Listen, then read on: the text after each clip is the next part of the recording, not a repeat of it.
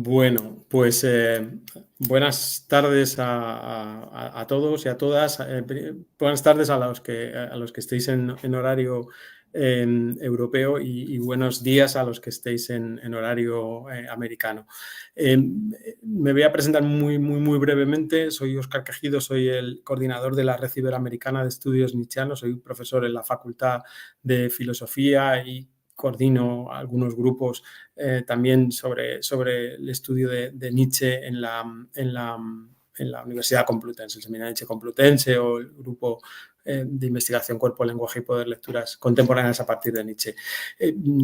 Hoy quiero empezar agradeciéndoos a todos vuestra presencia virtual en este caso y agradecer principalmente a todas las personas que vais a participar, a todos los profesores, investigadores y profesoras, investigadoras que vais a participar en estas jornadas, ¿no? sobre el tema de Nietzsche y la mujer, ¿no? que es un tema bastante, como vamos a ver a lo largo de estos días, bastante delicado, ¿no? Es un tema donde nos vamos a encontrar posiciones muy confrontadas y especialmente quiero agradecer en este sentido a Laura Rodríguez Frías todo su trabajo. Ha sido ella la que ha llevado todo el peso, ¿no? en sus espaldas de la organización, y fue ella también la que tuvo la iniciativa de proponer que organizáramos unas jornadas sobre esta importante cuestión en la Red Iberoamericana de Estudios Nietzscheanos y bueno, a mí me pareció una estupenda idea y creo que a todas las personas que vais a participar, a todos los profesores y a todas las profesoras que participáis,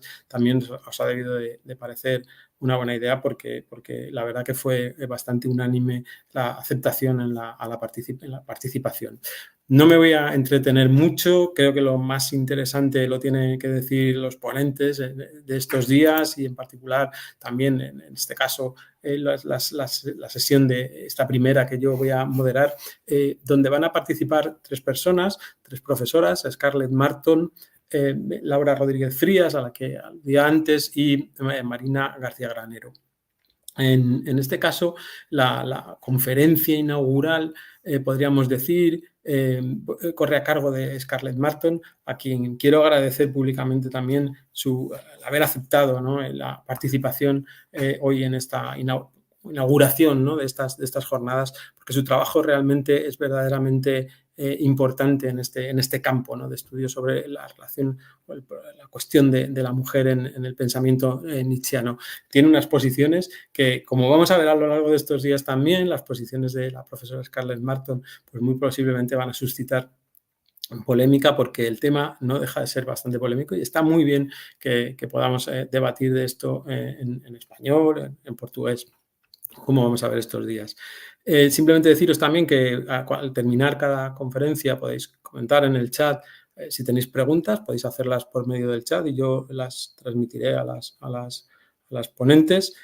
Y no me entretengo mucho más, simplemente vamos a estructurarlo de la siguiente manera. Vamos a dejar que la primera conferencia a cargo de Scarlett Marton tenga sus preguntas al terminar. Además, la profesora Scarlett Marton muy generosamente hoy nos ha dicho que no se encuentra un poco bien, que no se encuentra muy bien, que ha dormido un poco mal y aún así va a hacer la charla. Haremos un turno de preguntas cuando ella termine y luego ya podemos pasar a las otras dos conferenciantes. Muy brevemente presento a Scarlett Marton, que es profesora titular de Historia de la Filosofía Contemporánea en la Universidad de Sao Paulo y es fundadora del grupo de investigación el GEN, el Grupo de Estudios Nietzsche, que reúne a expertos brasileños y europeos de la filosofía nietzscheana muy importantes y que lleva trabajando muchos años. También participa en la revista, ha sido creadora de la revista Cadernos Nietzsche, una revista que es fundamental dentro de los estudios nietzscheanos, y es parte del consejo científico de diferentes grupos internacionales y de diferentes publicaciones internacionales, ¿no? Como Hyper Nietzsche, por ejemplo, en el Nietzsche Studien o en el monografía en un texto de Nietzsche Forschung, y de otras revistas también brasileñas y extranjeras.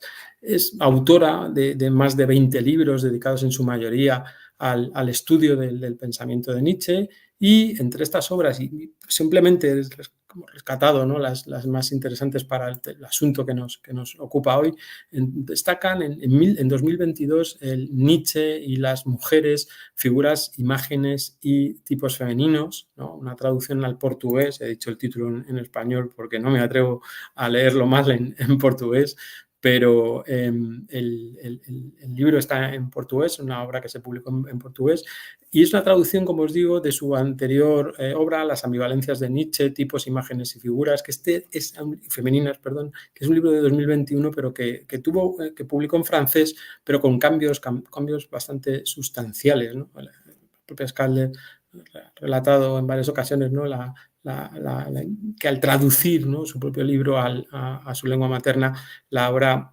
escrita originalmente en francés, pues tuvo la oportunidad de ampliar bastante el texto original, de adaptar la bibliografía y, lo más importante, precisamente, como decíamos antes, de enfatizar su posición desde la que defiende que precisamente la imagen de la mujer en los escritos de Nietzsche es de corte conservador. Bueno, entre sus últimas publicaciones, también en esta línea, ¿no?, con el asunto que nos ocupa hoy, en 2023 su obra en italiano, No dimenticare la frusta, Nietzsche, la emancipazione femminile, y un artículo que se titula Las mujeres que escriben libros son peligrosas, Nietzsche y la emancipación femenina, publicado en la revista Estudios Nietzsche, ¿no?, en un ejemplar dedicado precisamente que tiene la revista Estudios Nietzsche dedicado a Nietzsche y la mujer. Bueno, no me entretengo más, doy paso a la profesora Scarlett Marton, agradeciéndole nuevamente su participación y su generosidad en el día de hoy por participar en estas jornadas.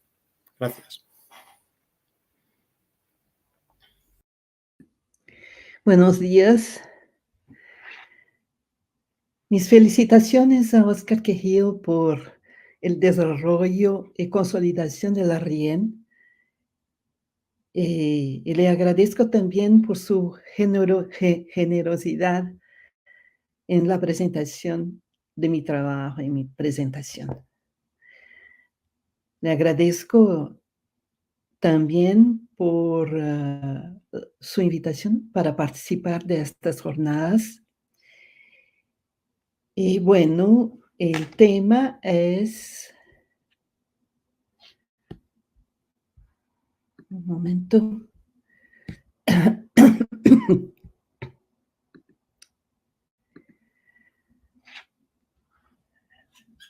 Hablo en portugués. Y así seguimos con portugués y español, con el portuñol por veces, ¿no? Bueno, muchas gracias a todos que están con nosotros y gracias también a los que organizaram estas jornadas. Vais ter com mulheres, não esqueças o chicote. Nietzsche e a emancipação feminina. Examinar as considerações de Nietzsche sobre as mulheres não é, por certo, uma tarefa fácil. Elas constituem uma pletora que vai de clichês a complexas e refinadas análises da condição humana. Vai de digressões esparsas a reflexões que provêm de cerrada argumentação. No meu entender, as reflexões de Nietzsche sobre esse tema não têm um lugar marginal em sua obra. Elas não se reduzem a preferências pessoais e, menos ainda, a desvios eventuais. Bem ao contrário, suas considerações se inscrevem em sua empresa filosófica. Excetuando-se os primeiros escritos, essas considerações sobre as mulheres estão presentes praticamente em todo o corpus nietzschiano. Voltando-me aqui para os próprios textos, proponho-me fazer uma leitura imanente, em particular das passagens de Para Além de Bem e Mal, que tratam das mulheres que aspiram tornar-se independentes. Analisando os parágrafos que compõem a sequência do capítulo Nossas Virtudes, em que Nietzsche se empenha em criticá-las, é meu intuito revelar as estratégias a que ele recorre para avisar ao mesmo tempo aos filósofos dogmáticos e às mulheres que desejam igualar-se aos homens. Tentarei mostrar que se Nietzsche combate frontalmente a emancipação feminina, não deixa tampouco de apresentar suas ideias acerca do lugar que as mulheres deveriam ocupar e os papéis que teriam de desempenhar na ordem social. Ao tratar das mulheres, Nietzsche subverte a tradição filosófica que até então raramente encarou as diferenças sexuais como objeto de estudo. Ao distinguir o masculino e o feminino, ele desenvolve uma reflexão sobre as relações humanas que se poderia chamar de sexuada. A primeira pergunta que se impõe consiste, pois, em investigar de que modo Nietzsche concebe as diferenças sexuais. É certo que ele dificilmente encararia as diferenças sexuais como meras diferenças biológicas. E, antes de tudo, porque recusa a opacidade dos fatos, rejeita a pretensa objetividade da ciência. Contra o positivismo que se detém no fenômeno, só existem fatos, anota Nietzsche num conhecido fragmento póstumo, eu diria, não, justamente não há fatos, apenas interpretações. Renunciando a interpretar, os positivistas insistem na necessidade de o ser humano ater-se aos fatos. Com isso, não percebem que a visão que propõem não passa de mais uma interpretação. Na perspectiva nietzschiana, não há, pois, fato biológico que já não se apresente como uma interpretação de um suposto fato biológico. Daí decorre que não se pode entender as diferenças sexuais simplesmente como dados da natureza. É preciso inscrevê-las num quadro histórico. Ignorar a determinação cultural das diferenças sexuais implica, no limite, em acreditar na natureza humana e, com isso, comprometer-se com o pensar metafísico. Mas também é certo que Nietzsche não conceberia o masculino e o feminino como meras construções culturais. Se ele se limitasse a negar as diferenças biológicas em proveito das construções culturais, abraçaria uma interpretação do ser humano tão parcial e débil quanto aquela que ele critica. A lógica dualista, que opera a partir de polos antagônicos, acaba por voltar-se contra si mesma, na medida em que barra o caminho a novas perspectivas. Constrangendo a um único e mesmo procedimento, essa lógica se mostra, em certa medida, autodestrutiva. Razões bastantes para não se proceder a uma inversão, desprezando o polo antes valorizado para privilegiar o depreciado. Para combater a distinção entre diferenças biológicas e construções culturais, é preciso reverter e ultrapassar o dualismo milenar entre corpo e alma. A reversão leva a conceber o corpo não mais como o que se opõe à alma, mas como o que, de algum modo, a integra, de sorte que não se tem mais dois, e sim apenas um. Importa notar, porém, que esse um é múltiplo. Na ótica nietzschiana, o corpo não é um aglomerado de órgãos, tecidos e células, cuja natureza se mostra nas estruturas anatômicas. Tampouco é a sede de sentimentos e pensamentos que emergem e interagem concebidos segundo o modelo da consciência. E menos ainda é a combinação dos dois registros. Ao contrário, o corpo consiste em impulsos que interagem, fazendo surgir diversas configurações e assumindo várias formas de coordenação e conflito, organização e desintegração. Numa palavra, o corpo é um complexo de impulsos em permanente combate.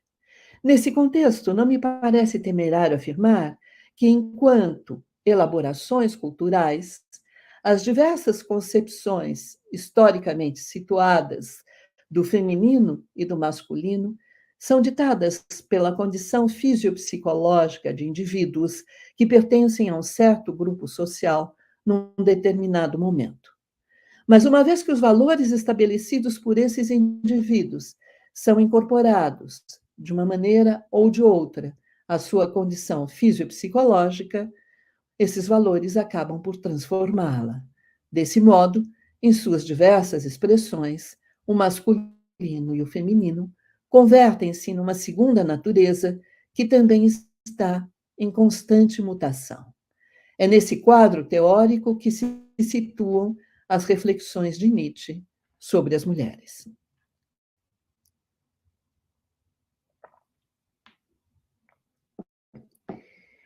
Livro antidogmático por excelência, para além de bem e mal, abre-se com a suspeita do autor em relação à filosofia dogmática e se encerra com a sua desconfiança dos seus próprios pensamentos.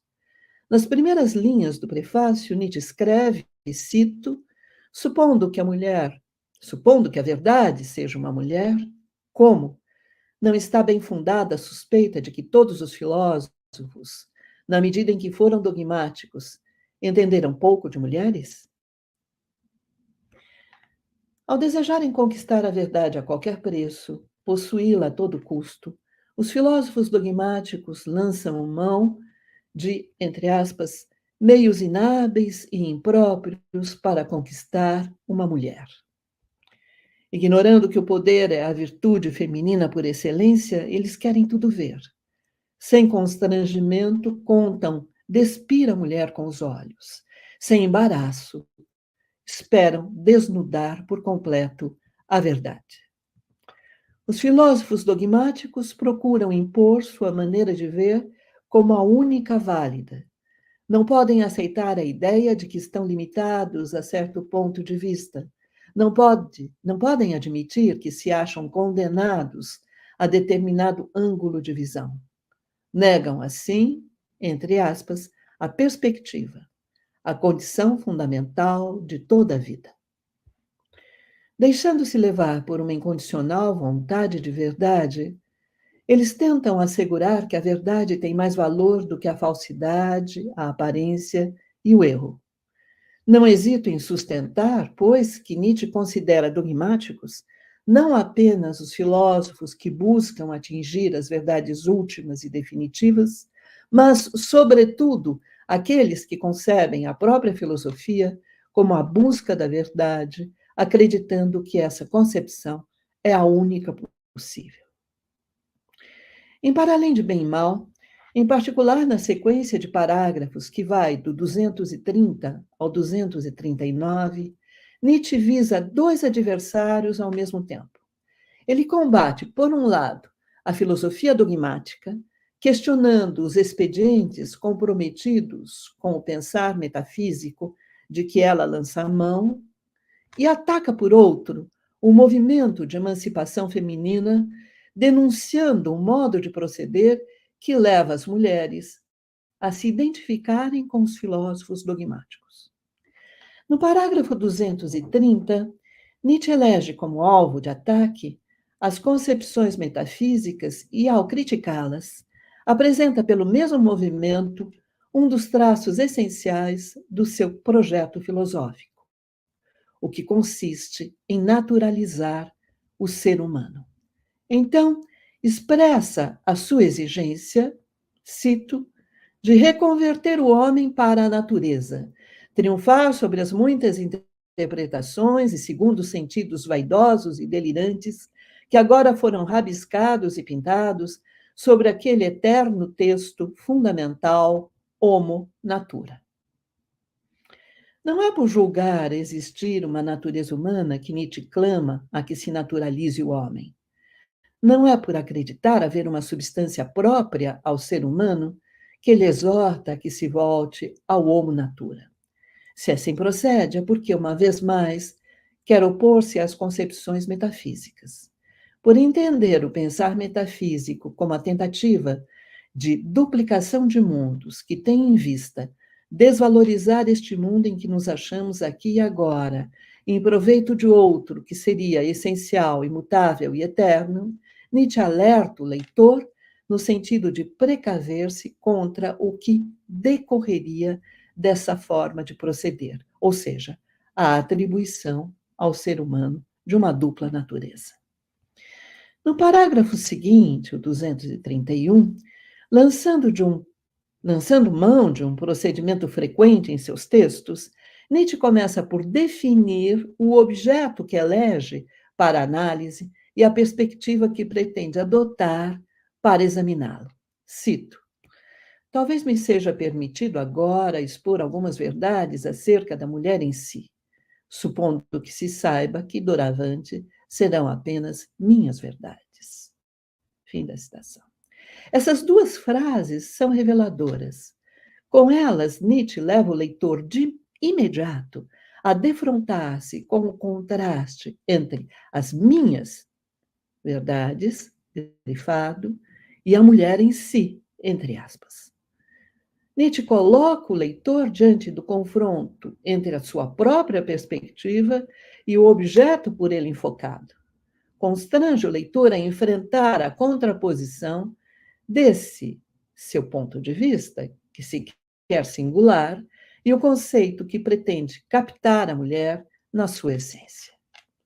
A partir do parágrafo 232, Nietzsche se lança na sua investigação sobre as mulheres que querem emancipar-se e com ela se ocupa até o parágrafo 239.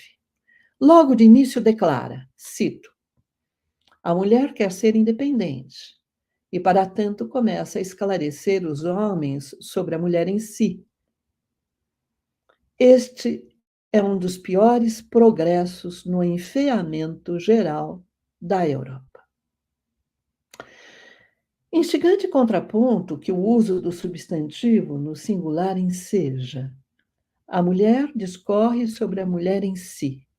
A mulher, enquanto gênero, teoriza sobre a mulher enquanto conceito. Tudo leva a crer que não é o fato de as mulheres quererem emancipar-se que causa transtorno. O que incomoda é a maneira pela qual elas se colocam e os meios de que se valem para tanto. Ao buscar a própria independência, as mulheres põem-se, enquanto gênero, que, como todo e qualquer gênero, flerta com a universalidade e lançam mão de um conceito que, como todo e qualquer conceito, julga apreender essências. Numa palavra, elas recorrem a expedientes comprometidos com o pensar metafísico. Destarte, tenho condições de afirmar que o alvo de ataque de Nietzsche deixa de ser a emancipação feminina para sutilmente converter-se no que ele concebe como filosofia dogmática. Mas ao colocar-se enquanto gênero e teorizar sobre conceitos, a mulher contribui para o enfeamento geral da Europa. Haveria maior contrassenso do que esse? Cantada desde sempre na literatura e na mitologia por sua beleza, a mulher acaba por trair a si mesma ao buscar autodesnudar-se. E Nietzsche se põe, então, a investigar, nas suas palavras, as tentativas desajeitadas de cientificidade e autodesnudamento femininos. Ele quer examinar as iniciativas das mulheres de sua época com vistas a esclarecer a mulher em si. Procura, então, mostrar o despropósito de tais iniciativas e tentativas. À mulher, o pudor é necessário, mas não como seria de se esperar, por fazer parte da sua natureza. Afinal, invocar a natureza feminina se revelaria um gesto tão comprometido com o pensar metafísico quanto elucidar a mulher em si. À mulher é necessário o pudor, por ela ter muito o que esconder. Mas vale que esconda o que possui de pedante, superficial, doutrinário, presunçoso, desenfreado e modesto. Mas vale que esconda tudo isso que, nas palavras de Nietzsche, tudo isso que até agora, no fundo, só o temor ao homem reprimiu e conteve da melhor maneira. As tentativas desajeitadas de cientificidade e autodesnudamento femininos a que se dedica a mulher nos tempos modernos, Nietzsche contrapõe precisamente os traços que, no seu entender, lhe são tão peculiares. Cito: sua esperteza e arte, as da graça, do jogo, do afastar as preocupações, do aliviar e tomar as coisas com leveza, assim como sua refinada aptidão para suscitar desejos agradáveis.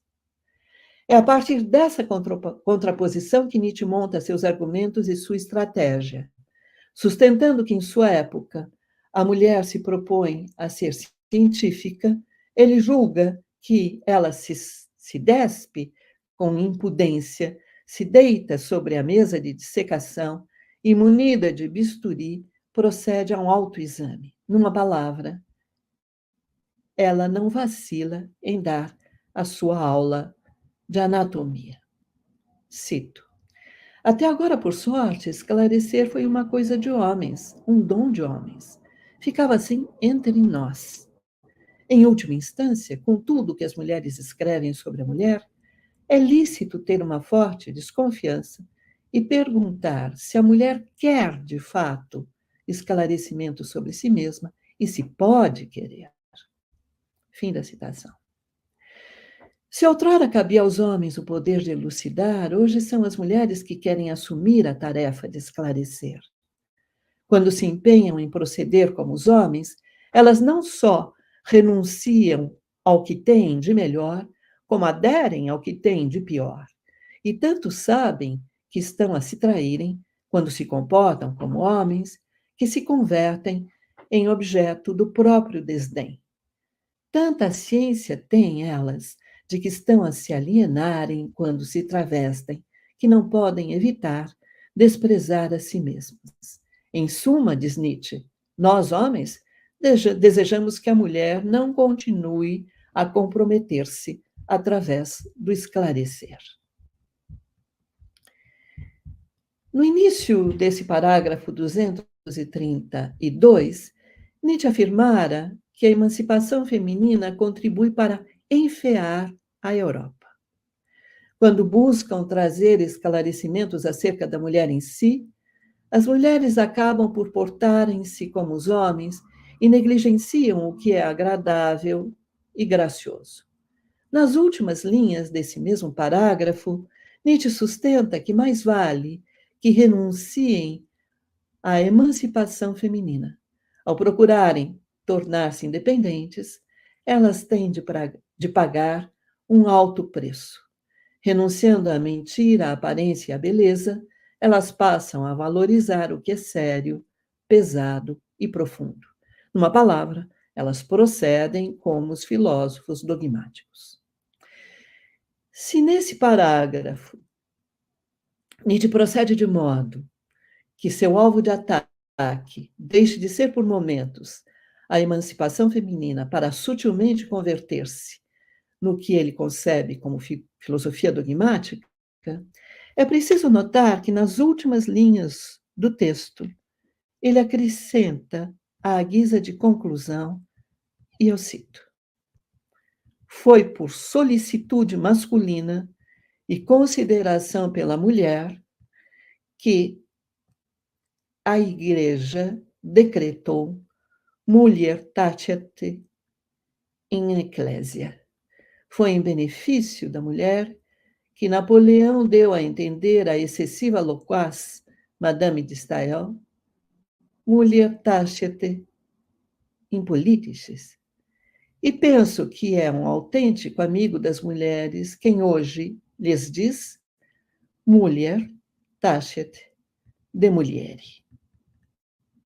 Agora Nietzsche precisa a sua posição. Ciente do processo de dominação imposto à mulher, com ele parece pôr-se de acordo. E faz isso em 3 etapas. Nietzsche começa por considerar um gesto de atenção para com as mulheres que os homens decretem mulier tacet in ecclesia. Mas bem se sabe que quando da invenção do Deus onipotente, das grandes religiões patriarcais, o Deus dos judeus, dos cristãos e dos muçulmanos, o processo de dominação imposto à mulher faz avanços consideráveis, Então surge uma casta sacerdotal que se empenha em converter as mulheres em seres humanos de segunda categoria, indignos do trato com o sagrado. No final do século XI, com a Revolução Gregoriana, a Igreja subtrai às mulheres as altas funções que ainda desempenhavam. Com a Inquisição, subtrai-lhes a vida, sob a acusação de práticas de bruxaria, condena dezenas de milhares de mulheres à fogueira. Em seguida, Nietzsche estima que é em benefício das mulheres que os homens impõem que a mulher se cale em matéria política. Mas lembremos que, com o desenvolvimento do comércio e das cidades, as mulheres perdem boa parte de seus antigos papéis em todos os domínios da vida econômica, política e religiosa. Com a ascensão da burguesia, são privadas do direito de administrar os bens da família e representar o marido quando necessário. Com a centralização crescente do Estado, graças à nova legislação familiar, tornam-se incapazes do ponto de vista jurídico. Nos séculos XII e XIII, resistem no contexto dos movimentos heréticos dos cátaros e albigenses, com as cortes do amor.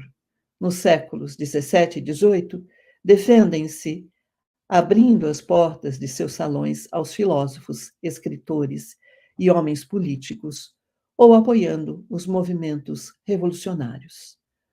Mas, em 1793, a Convenção instaura a morte política das mulheres na França, proibindo-as de tomar parte ativa nos negócios do governo.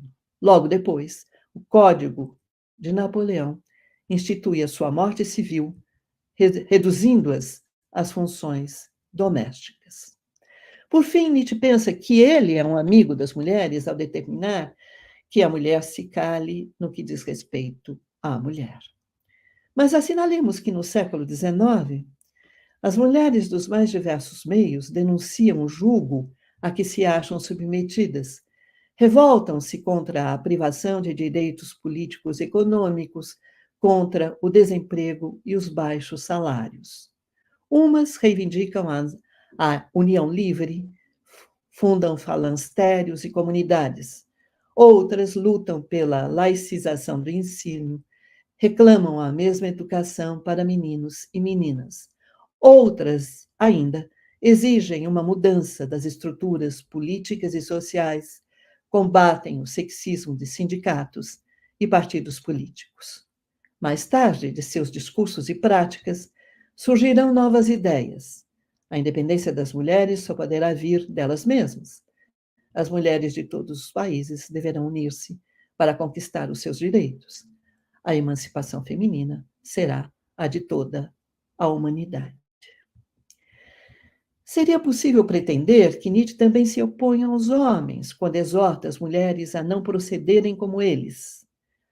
Por momentos, ele parece antecipar a revisão das posições feita pelo movimento feminista no século XX.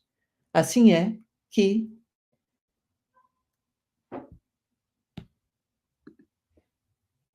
que concebe as estratégias das mulheres que querem assim é que condena as estratégias das mulheres que querem tornar-se independentes quando concebem, em termos masculinos, a própria emancipação e exorta-as, ainda que de modo implícito, a não se travestirem e a reclamarem o direito à diferença.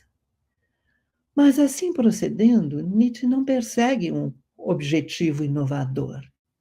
De fato, ele apenas deseja que as mulheres continuem a corresponder ao que os homens esperam delas. Não posso, pois, deixar de sublinhar que, ao aplaudir a supressão dos direitos das mulheres, Nietzsche assume posições em defesa da sociedade patriarcal. Conhecedor dos expedientes de dominação a que as mulheres se viram submetidas, ele não hesita em pôr-se de acordo com ele.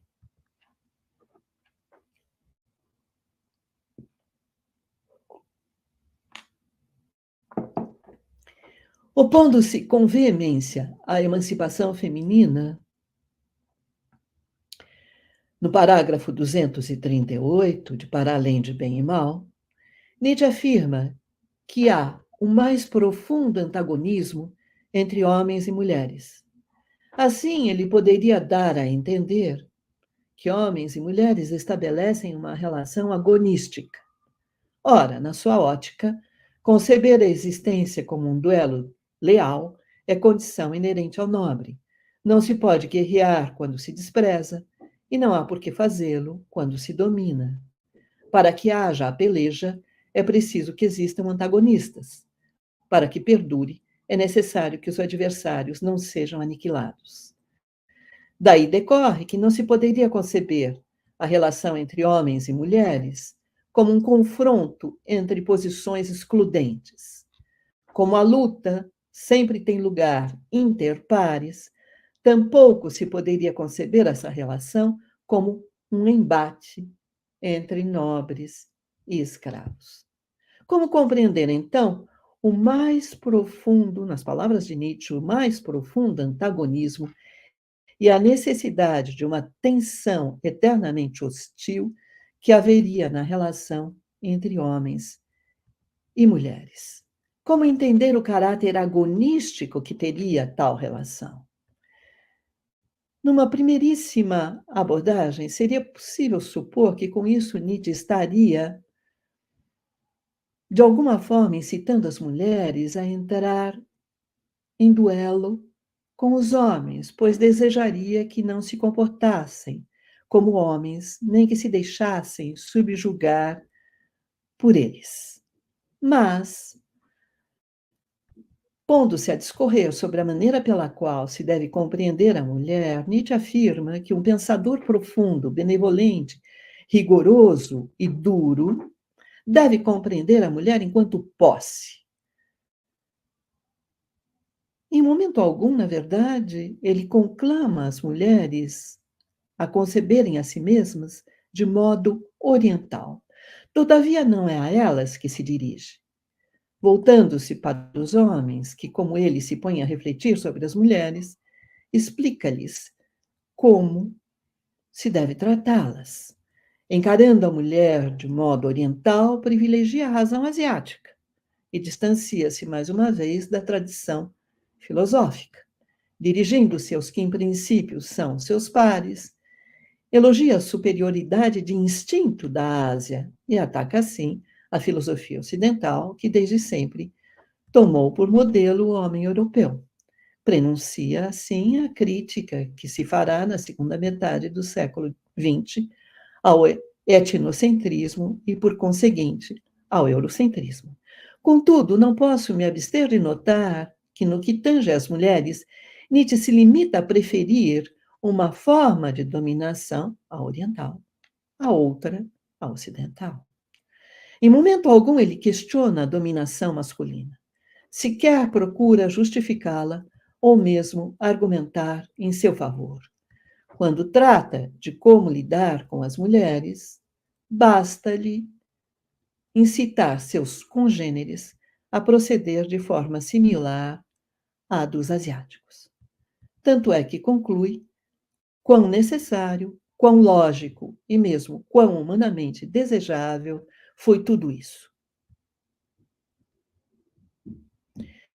Nietzsche julga que a diferença de organizações sociais presentes na Ásia e na Grécia Antiga, a sociedade europeia de sua época caminha cada vez mais rapidamente rumo à uniformização. É o que o leva a denunciar a tendência igualitária da Europa dos tempos modernos.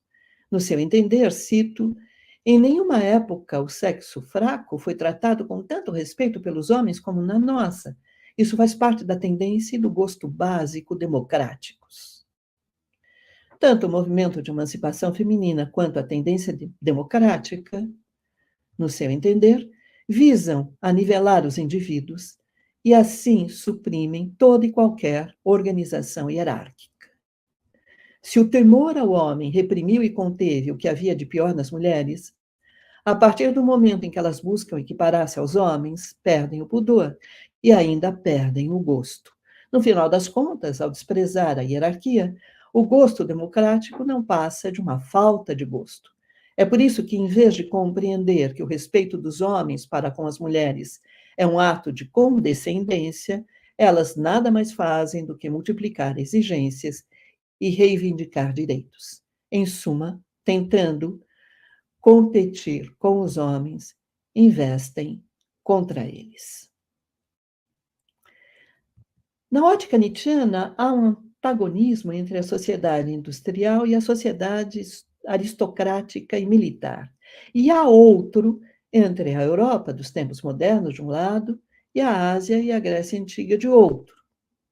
Ambos os antagonismos têm por base o apreço ou o desprezo que as diferentes organizações sociais mostram pela hierarquia. É precisamente por depreciar a hierarquia que as mulheres na Europa dos tempos modernos buscam o nivelamento. Não espanta, nesse contexto, que elas exijam cada vez mais independência. Se até esse momento Nietzsche se limitou a examinar sintomas e diagnosticar enfermidades, agora apresenta o seu veredito. Com esse processo, a mulher está em regressão. Decadente, a sociedade europeia, depois da Revolução Francesa, passa a considerar moral subordinar o indivíduo às necessidades gerais. Proclama ainda que sua felicidade consiste em ser útil a todos, em tornar-se instrumento da massa gregária. É por isso que propicia a emergência de movimentos tais como o da emancipação feminina. No entender de Nietzsche, ao quererem igualar-se aos homens, as mulheres cometem um erro de cálculo.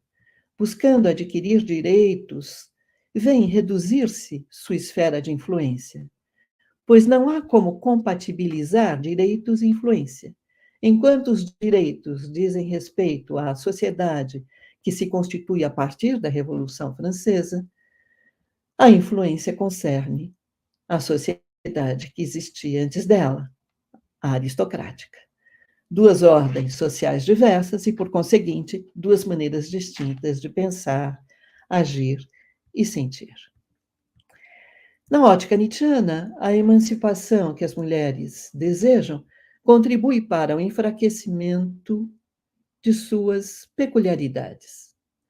Seria possível sustentar que, de fato, quando elas reivindicam a paridade dos direitos a partir da Revolução Francesa, pensam que a sociedade industrial não fará distinções quanto ao sexo, mas elas se enganam quando imaginam, baseando-se na ideia de uma universalidade abstrata, que essa sociedade considera todos os cidadãos trabalhadores e consumidores de modo indistinto.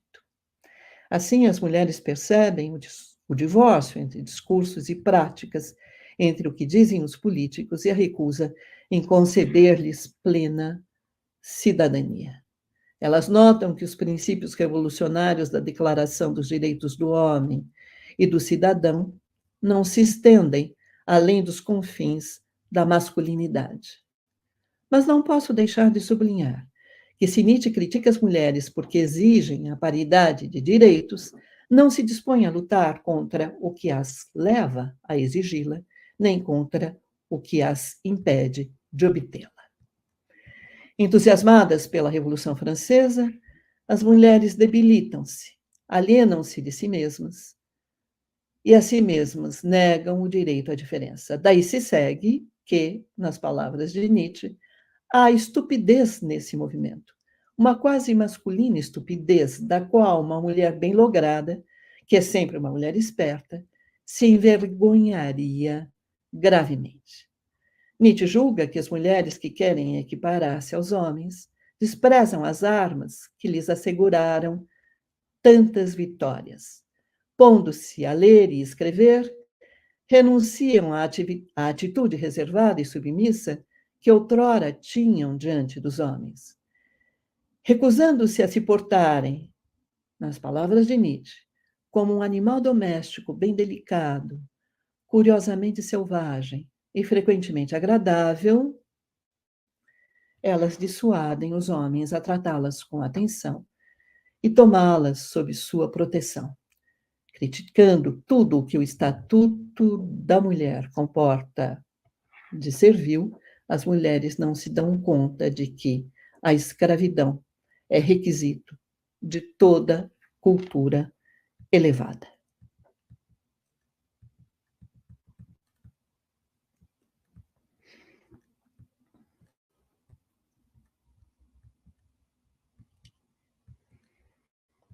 Insistindo na ideia de que as mulheres têm por função básica materna, Nietzsche quer fazer ver que a força delas não consiste em cultivar-se, mas em conhecer precisamente o lugar que devem ocupar junto aos homens. É o que lhes permite exercer, sem entraves, a sua influência.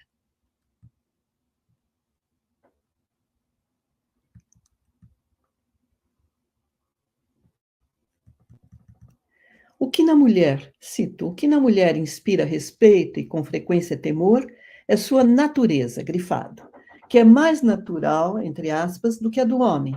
Sua autêntica agilidade astuta de animal de rapina, sua garra de tigre por baixo da luva, sua ingenuidade no egoísmo, sua ineducabilidade e selvageria interior, o caráter inapreensível, amplo, errático de seus desejos e virtudes. É reveladora, sem dúvida, a maneira pela qual Nietzsche discorre sobre as peculiaridades e características femininas. Ao grifar a palavra natureza e pôr entre aspas a expressão mais natural, ele está a tomar distância, uma vez mais, em relação à ideia de natureza humana, tal como pretende, tal como a entende o pensar metafísico. Insistindo no aspecto animal da mulher, também se afasta de uma imagem idealizada que se poderia ter dela, atribuindo às mulheres a autêntica agilidade astuta de animal de rapina, dá a entender que ágeis, elas muito rápido fazem operar a astúcia, que, igual a de uma fera, corre o risco de mostrar-se perversa e cruel, conferindo-lhes ingenuidade no egoísmo, ineducabilidade e selvageria interior, deixa entrever que egoístas são incapazes de uma relação interpares e selvagens sequer podem ser adestradas nesse sentido, imputando-lhes caráter inapreensível, amplo, errático, no que se refere a seus desejos e virtudes, leva a crer que imprevisíveis não são dignas de confiança e volúveis não se deixam capturar. Comparando as mulheres aos gatos, animais fingidos e traiçoeiros, e por isso mesmo perigosos e belos, Nietzsche induz a pensar que é graças a essas peculiaridades que elas inspiram temor aos homens, mas é também graças a essas características que neles despertam compaixão. Defendendo uma ideia conservadora da relação entre os homens e as mulheres, Nietzsche se queixa do desaparecimento do seu charme e, por conseguinte, do seu desencantamento. Eu já estou me encaminhando para a conclusão, preciso ainda de alguns minutos. Em várias passagens da sua obra, Nietzsche sustenta que não é no espaço público que as mulheres devem se exprimir. A favor dessa posição, não hesita em alinhar vários argumentos. Em Humano Demasiado Humano, por exemplo, afirma que as mulheres se interessam bem mais por pessoas do que por causas. Com isso, quer enfatizar a propensão que têm em deixar-se guiar bem mais pelos afetos do que pelos argumentos. Quando se mostram favoráveis a uma causa, por ela imediatamente tomam partido e assim corrompem sua pura e inocente influência. Donde se segue que é muito perigoso confiar às mulheres, entre aspas, a política e certos ramos da ciência, por exemplo, a história. Fecha aspas.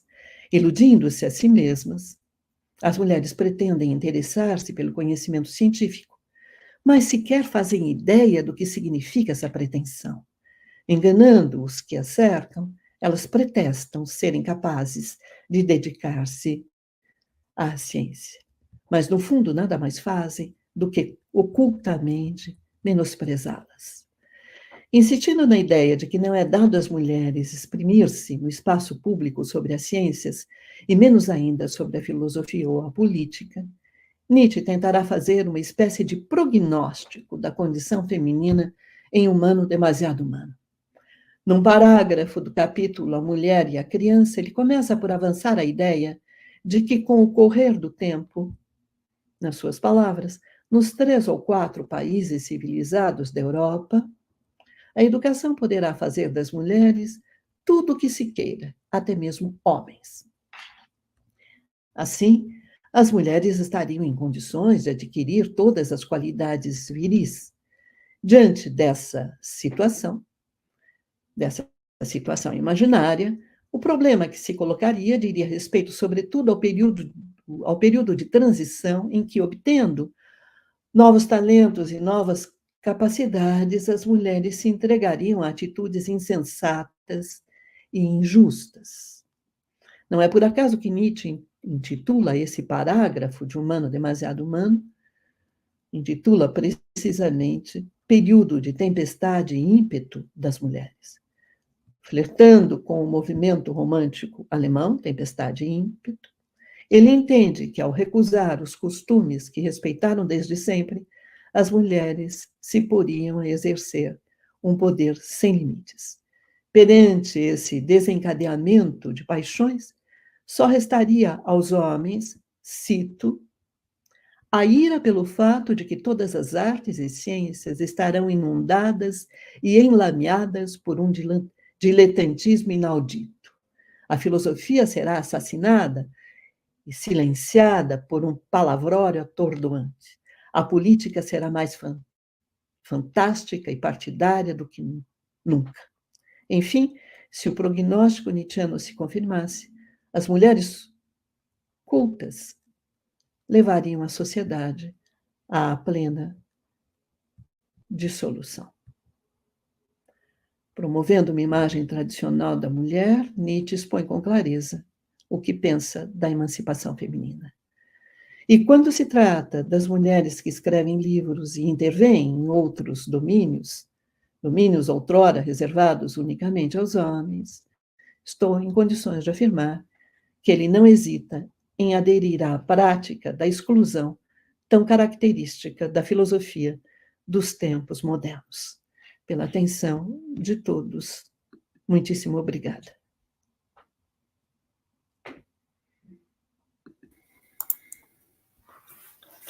Bueno, pues muchísimas gracias, Scalder, por esta fantástica exposición que resume, la verdad, que los últimos trabajos, ¿no?, que has llevado, que has realizado en los últimos años, los libros estos que veníamos comentando en la presentación. La verdad que has abierto el tema de una manera impresionante, ¿no? Porque es un tema muy complicado, ¿no? Conciliar, ¿no?, en buena parte el pensamiento nietzscheano en general, su propia relación con las mujeres, ¿no?, su propia relación a lo largo de su vida, tanto con su madre, con su hermana, como con Lu, Salomé, o como con el círculo de feministas, Malvida y otras con las que se relacionó. Es decir, ¿no?, su propia relación entra en contradicción, ¿no?, con un poco con su propio pensamiento, algo que es difícil de asumir en un pensador que quizá uno de sus grandes logros filosóficos ha sido advertirnos de la importancia de la coincidencia que tiene que haber entre el pensamiento y la vida, ¿no?, entre el propio pensamiento y la propia vida, ¿no? Entonces esa me llama la atención, ¿no?, en esta lectura que haces tú, ¿no?, donde subrayas mucho este aspecto de la incongruencia que hay entre el pensamiento nietzscheano, su filosofía, podríamos decir más directamente, y su propia vida, ¿no?, en un autor que precisamente ha llamado la atención, ¿no?, sobre esta cuestión en particular, ¿no?, de la corporalidad, de la propia manera de estar en el mundo de la propia forma de vida que tiene que ser coincidente, ¿no? con su propio, coherente con su propio pensamiento, ¿no? Hay una incoherencia, ¿no? Entonces, según tu planteamiento, entre el pensamiento de Nietzsche y su propia vida, ¿no? Lo cual parece que es un poco llamativo, ¿no? Y también me llama la atención, ¿no? Y es algo que sí he pensado en algunas ocasiones, ¿no? El hecho de que Nietzsche no... de que si bien los textos que tú destacas son incontestables, ¿no? Podríamos decir, ¿no? Es verdad que hay otros muchos. Nietzsche tiene esta virtud o este problema, ¿no? de que podemos buscar textos para muchas veces para justificar diferentes posiciones, ¿no? Pero los textos que tú has leído y la lectura que tú has hecho es incontestable en buena medida, y sin embargo,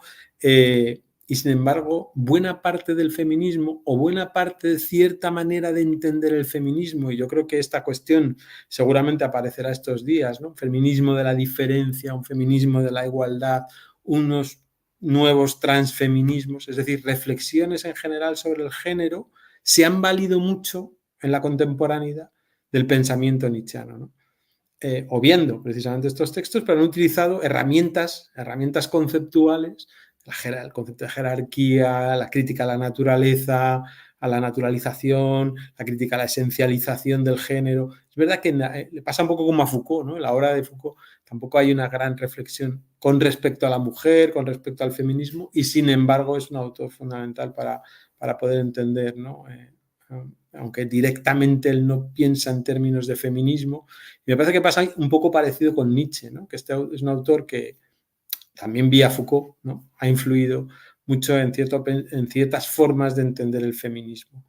No sé si no hago una pregunta, creo que hay algunas preguntas en el chat que podemos hacer. No sé si lo que te comento te sugiere alguna reflexión o no. Sí, sí, sí. Te agradezco muchísimo, Oscar, por tus comentarios. Me gustaría decir tres cosas. La primera, claro, para esta intervención trabajé sobre todo con más allá del bien y del mal, con la secuencia de los aforismos que están ahí, de los parágrafos, ¿no? Los párrafos que están ahí, del 230 al 239. Bueno, cuanto a esta relación entre pensamiento y vida, en el principio de esta secuencia de parágrafos encontramos ya la posición de Nietzsche, ¿no? Él dice, bueno, hay algo que yo no puedo cambiar, que está en mí. Y luego después empieza a hablar de sus verdades, ¿no? Las mías verdades. Bueno, entonces yo pienso que, por supuesto, hay una relación muy fuerte entre la reflexión filosófica y las vivencias, las experiencias vividas. Pero yo entiendo que la manera de concebir la vida para Nietzsche, Nietzsche entiende como una configuración fisiopsicológica. Entonces, desde este punto de vista, son sus instintos que hablan, son sus instintos que toman la palabra. Y por consiguiente, en un determinado momento, él puede asumir una posición muy conservadora respecto a las mujeres. Y yo creo que él no veía una gran incoherencia entre sus relaciones personales y sus reflexiones, porque de una manera o de otra, él se ve como una configuración fisiopsicológica, o sea, como un complejo de instintos, ¿no? De todos modos, es una cuestión muy instigante y hay que trabajar mucho más para aprenderla y desarrollarla, ¿no? Cuanto al feminismo, Sí, yo tengo la impresión que es posible encontrar en los textos nietzscheanos, intenté traer de una cierta manera algunas pistas en esa dirección, muchas ideas eh, para, para defender posiciones feministas, pero no creo que fuera la su intención. Yo creo que la su intención era todavía una intención conservadora. O sea, en muchos momentos de sus textos, ¿no? Encontramos ahí esta idea, la idea de la función primordial de la mujer es gestar hijos, cuerpos robustos, en los cuales el carácter del hombre esté presente, sea predominante. Muchísimas gracias por todo, Oscar. Sí. Te hago un par de preguntas. ¿Cómo se llama esta chica? Un segundo. Uf. A ver, ¿cómo se...? Es que quiero ver el nombre de la persona que escribe, pero no lo Yo encuentro. creo No que sé. es una pregunta de Isadora Petri, Sí, esto ¿no? es. Isadora Petri. Es que no he encontrado. Aquí está, vale. Dice, no sé si tú la puedes leer, te agradece mucho la conferencia y la contextualización que has hecho, y te pregunta que cómo ves precisamente el diálogo con las feministas, ¿no? Con Irigaray, con Butler, con Nietzsche, ¿no? De alguna manera respondías un poco a esta cuestión. No sé si quieres añadir algo más a esta Sí, me pregunta. gustaría decir solamente que hay un problema metodológico, ¿no? Metodológico porque yo pienso que se puede. Debe pasar al portugués, Oscar, Sí, perdóname, claro, claro, sí, sí. porque Isadora é brasileira também, né? Sí, sí, sí. Sim, eu penso o seguinte, que na verdade é uma questão metodológica, eu tenho insistido nesse ponto em vários momentos, eu tenho a impressão de que, enfim, um trabalho é o trabalho de um historiador da filosofia que vai fazer uma exegese dos textos nietzschianos e, portanto, vai fazer esse trabalho de leitura imanente, hermenêutica, etc. Um outro trabalho, na linha do Foucault, inclusive, não é? É tomar Nietzsche como uma caixa de ferramentas para pensar sobre outras questões, sobre questões da atualidade, por exemplo. Daí, é claro que você toma certas ideias, certos conceitos, digamos assim, de Nietzsche, ou certas abordagens, né? Por exemplo, o fato de não tomar a mulher como essência, o fato de pensar em várias configurações do feminino, etc., toma como uma ferramenta para pensar nas questões feministas. Mas são trabalhos de caráter distinto, porque a metodologia que se recorre é distinta. E eu sempre me coloco aqui como alguém que faz uma leitura imanente, como faz uma leitura, alguém que faz uma leitura aí cerrada dos textos nietzschianos para tentar aprofundar ou interpretar de uma maneira mais adequada os seus conceitos, as suas posições e revelar as suas estratégias. Hay una pregunta de Laura Rodríguez Frías, también que te agradece también mucho la conferencia, y te pregunta, dice, ¿sería desde la perspectiva del acceso de la mujer al trabajo, podría decirse que esta imagen de la mujer doméstica nietzscheana está abocada a su extinción? Es decir, ¿estaría Nietzsche de acuerdo, ya que no cree en una esencia mujer, ¿no? No algo así, desde la perspectiva del trabajo? Sí, yo pienso que Nietzsche vería como posible la extinción de la mujer devotada únicamente a las cuestiones domésticas, pero yo pienso que no le gustaría nada.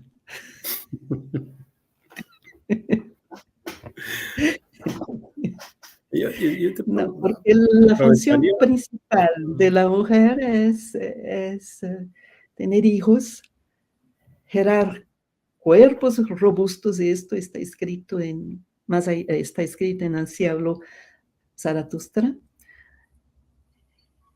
gestar cuerpos robustos en que esté presente, ante todo, el carácter del hombre. Mm. Las cualidades, las calidades del hombre. Creo que... Bueno, no sé si hay alguna intervención. Hugo te pregunta... no. Bueno, no pregunta, simplemente te da las gracias, Hugo gracias Bedovato. a usted. Hugo Bedovato y...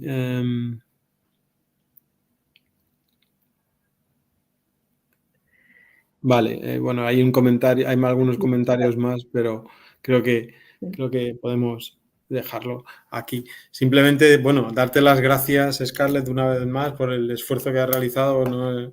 Me decías al comenzar que no te encontrabas hoy especialmente bien, pero bueno, espero que te dejamos ya, que vayas a descansar y te agradecemos mucho tu intervención, que la verdad es el mejor punto de partida que podíamos tener para iniciar estas jornadas estos días, porque ya simplemente con tu exposición queda muy claro el tema, ¿no? El tema Muchísimas gracias a ti por tu generosidad, por todo tu trabajo. Agradezco aquí también a Henry Burnet, a Hugo Bedovato por su solicitud. Gracias a todos que están con nosotros, que sigan bien. Muchas gracias una vez más, Gracias a Oscar. ti. Y Nos vemos felicitaciones por tu pronto. trabajo. Gracias a ti. Gracias.